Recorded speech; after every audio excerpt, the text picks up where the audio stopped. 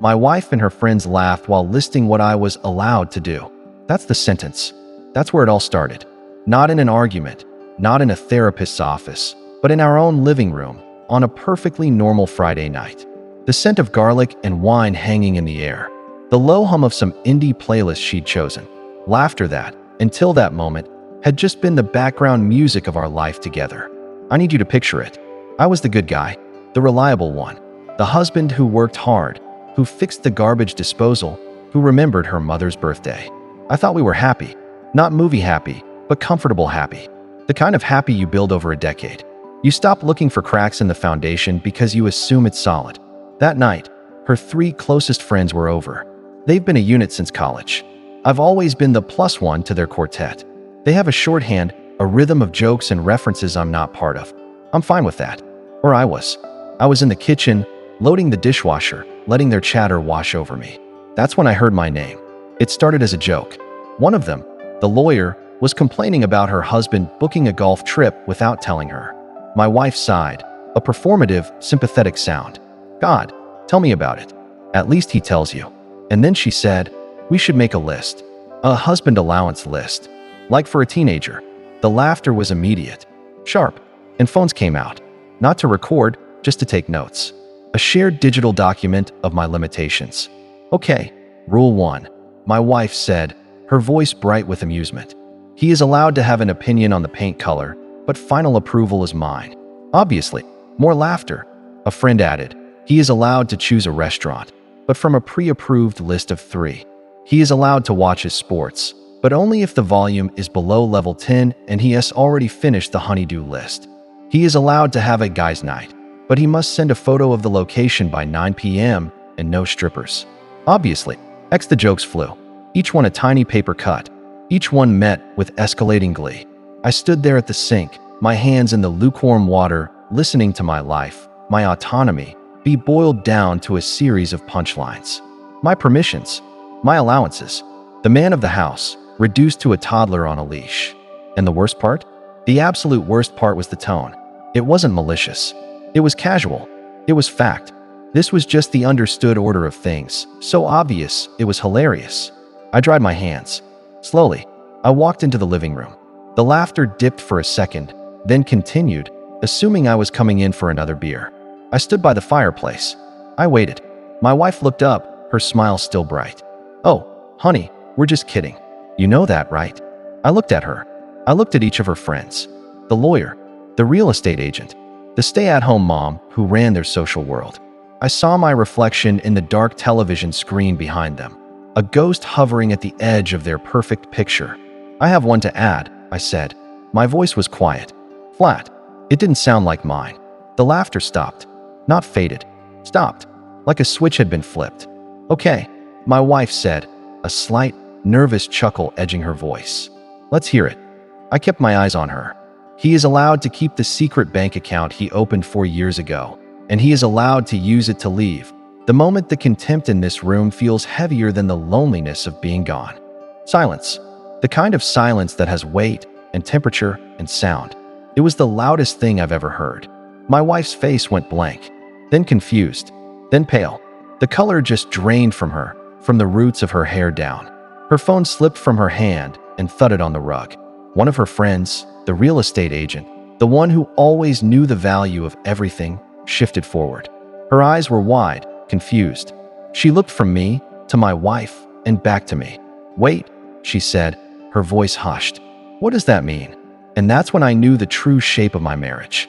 It wasn't in my wife's shock. It was in her friend's question. Because my wife heard that sentence and she didn't hear a joke.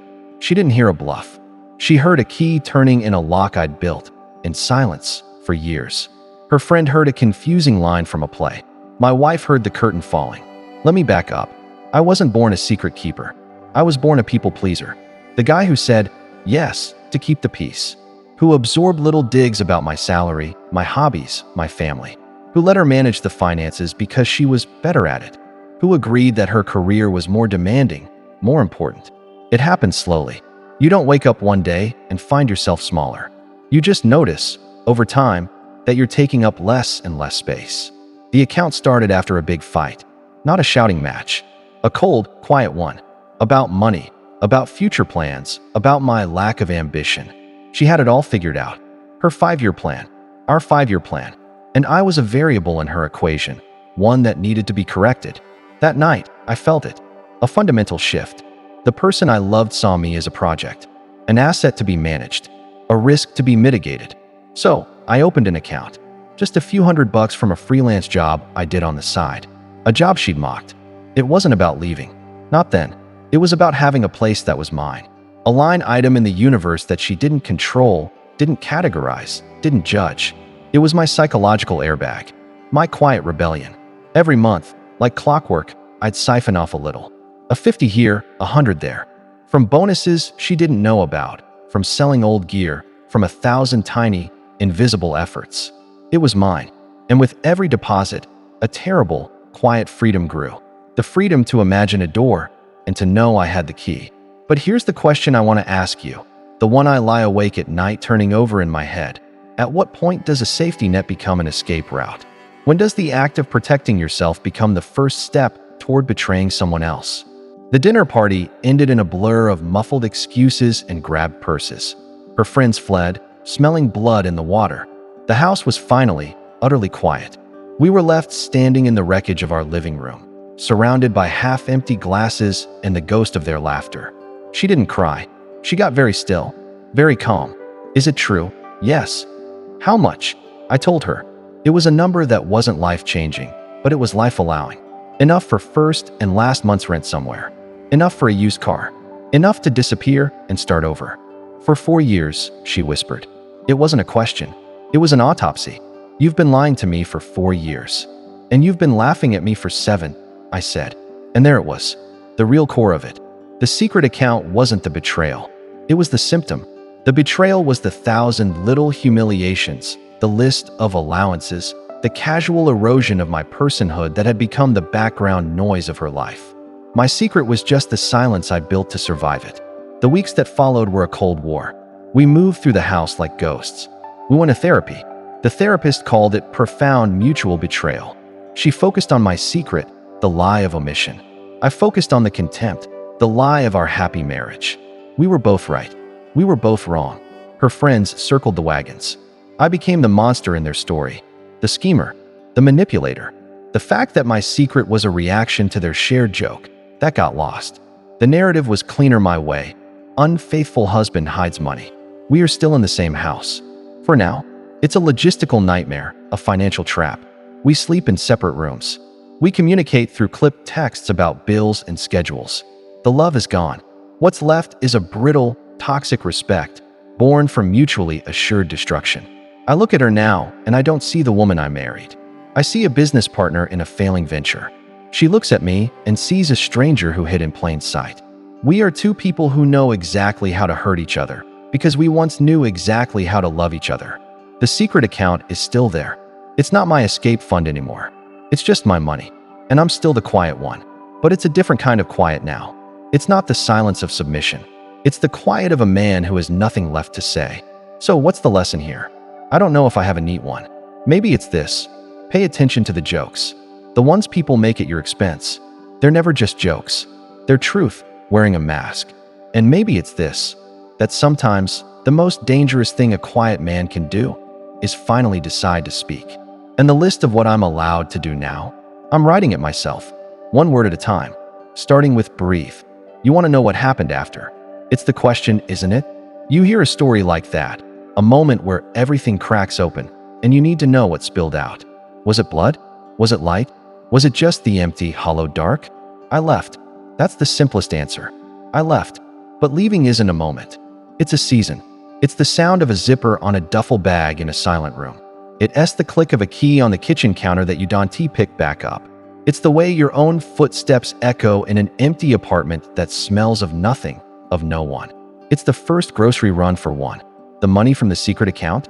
I used it for the security deposit. The irony wasn't lost on me. The very thing she saw as the ultimate betrayal became the instrument of my freedom. The freedom she and her friends had joked about rationing out to me in tiny, controlled spoonfuls. I took the whole damn gallon. My wife.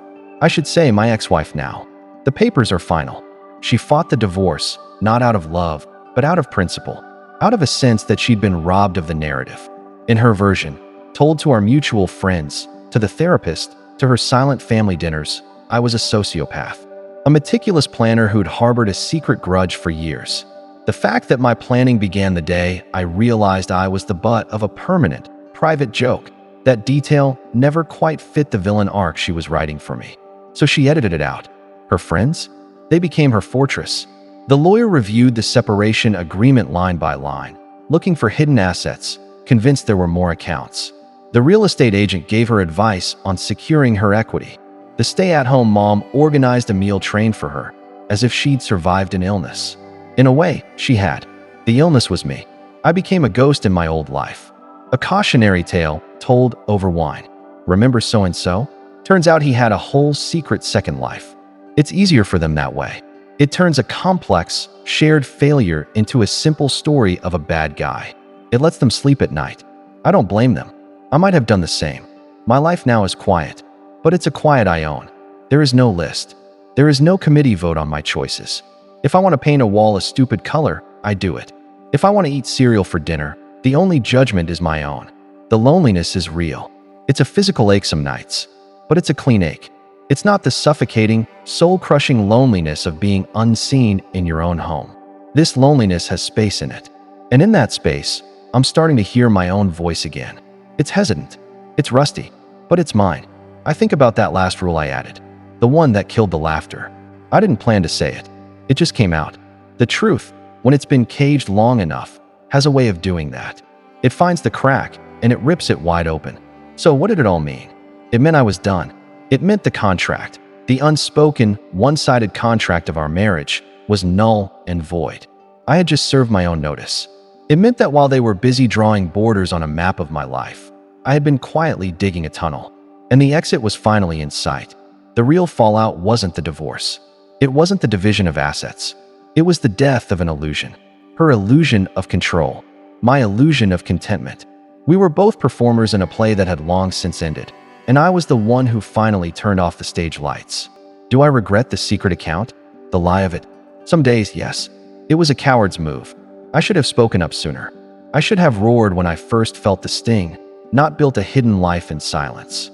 But then I think of that living room, the laughter, the phones, and I know the man I was then didn't have a roar in him. He only had enough strength to build a door, and then, finally, to walk through it. The lesson, if there is one, isn't about marriage. It's about dignity. It's about the price you pay to keep the peace, and the moment you realize the peace you're keeping isn't yours. It's someone else's occupation. You're just the territory. I paid that price for years. In the end, I presented the bill, and it was one no one was prepared to pay. Now, I answer to no one. And for the first time in a very, very long time, I am allowed.